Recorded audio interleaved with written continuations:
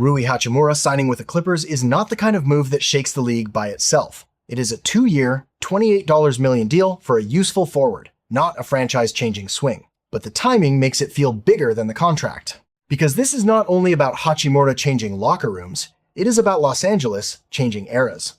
LeBron James is leaving the Lakers. Kawhi Leonard is leaving the Clippers. The rivalry that was supposed to define the city after 2020 is finally over. And the strange part is that it never really happened. For years, Lakers-Clippers was marketed like a collision waiting to arrive. LeBron and AD on one side, Kawhi and Paul George on the other. Same city, same building, opposite billboards, endless arguments.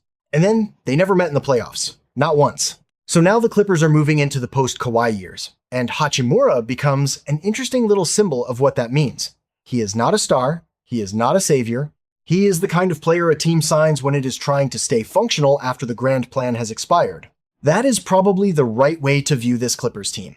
After the Kawhi trade, they are not built like a clean rebuild, but they are not built like a true contender either. They have Brandon Ingram, a long-scoring wing, who can look a little like a discount Kevin Durant when the jumper is falling. They have Darius Garland, a real regular season organizer who can run offense and create advantages in the middle of the floor.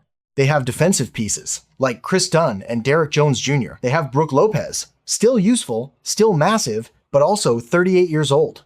That is enough to be respectable. It is not enough to be frightening. And that is where Hachimura makes sense. He is a low-maintenance forward. He spaces the floor, punishes open looks, attacks closeouts when the lane is clean, and does not need to hold the ball for long stretches. On a team that already has Ingram and Garland trying to create shots, that matters. Not every role player has to be a genius. Sometimes the job is simple. Be big, be available, hit the shot, finish the possession, do not get in the way. Hachimura can do that. His playoff shooting gives the signing a little more shine. When defenses shrink the floor and teams start ignoring the weakest shooter, a forward who can actually punish the help has real value. Even if some of those looks are clean, even if the volume is not reckless, making the defense pay is still a skill. The NBA is full of players who are technically open for a reason. Hachimura is not one of those guys. Leave him alone in rhythm, and he can hurt you. But the limits are just as important as the fit. Hachimura is not a chaos player. He is not the kind of forward who solves broken possessions with quick reads, surprise passes, or elite defensive instincts. He has size, but he is not a high-end team defender. He can score, but he is not a real offensive engine. He can attack a closeout, but he is not someone you want bending the entire defense possession after possession. That is why his role always seems to live somewhere between 4th starter and 5th starter. Put him in the right context, and he looks clean. Ask him to be more than that, and the ceiling appears pretty quickly. The Clippers have a similar problem on a larger scale. Garland and Ingram give them enough shot creation to survive the regular season, but neither one is the kind of two-way superstar who changes the geometry of a playoff series. Garland can run offense, but he is small and targetable. Ingram can score, but he does not always force defenses into panic. Both can be productive. Both can look like all-stars in stretches, but if they are the core of your offense in a high-leverage series, the question becomes how many possessions they can really bend.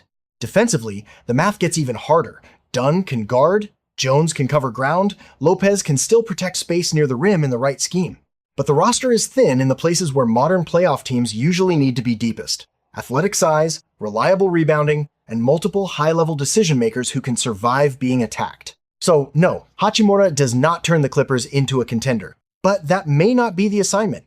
If you do not control all of your own draft future, simply being competent has value. You do not have to pretend every signing is about a championship. Sometimes it is about refusing to fall through the floor, and in that sense, this move is very Clippers.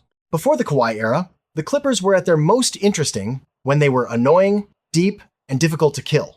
The Lou Williams, Montrezl Harrell, Tobias Harris, Patrick Beverley version of the team did not have a championship-level superstar, but it had an identity. It played hard. It made good teams uncomfortable. It had enough shot creation and enough attitude to become a problem on the wrong night. This new group could end up in a similar emotional neighborhood, just with different names and less edge. Ingram and Garland are bigger names than that old group had. But are they a cleaner foundation? Maybe. Maybe not. The star power is better. The soul might be quieter. That is why the Los Angeles part of this story is more interesting than the Hachimura part.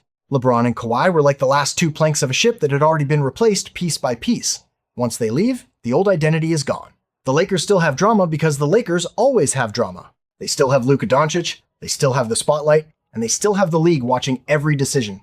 The Clippers, meanwhile, go back to something less glamorous. A team trying to make the pieces fit without a superstar holding the whole picture together. Hachimura fits that world. He is useful, imperfect, and easy to understand.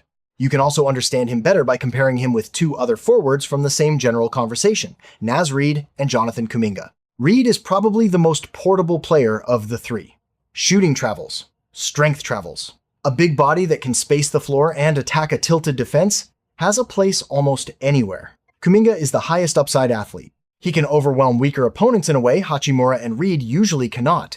But his shooting is less reliable, his feel is less settled, and his role can become uncomfortable when the game slows down. Hachimura sits in the middle. He has some shooting, some mid-range touch, some straight-line power, some defensive discipline. He can run the floor, finish through contact, and play within a structure.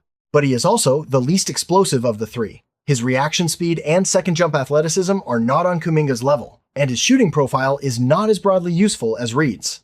That is why this contract feels about right. It is not a steal that changes the league. It is not a disaster. It is a fair price for a forward who can help a team look organized as long as everyone understands what he is. For Hachimura, this is a chance to stay in Los Angeles and play a clearer role. For the Clippers, it is a practical signing in an offseason defined by endings.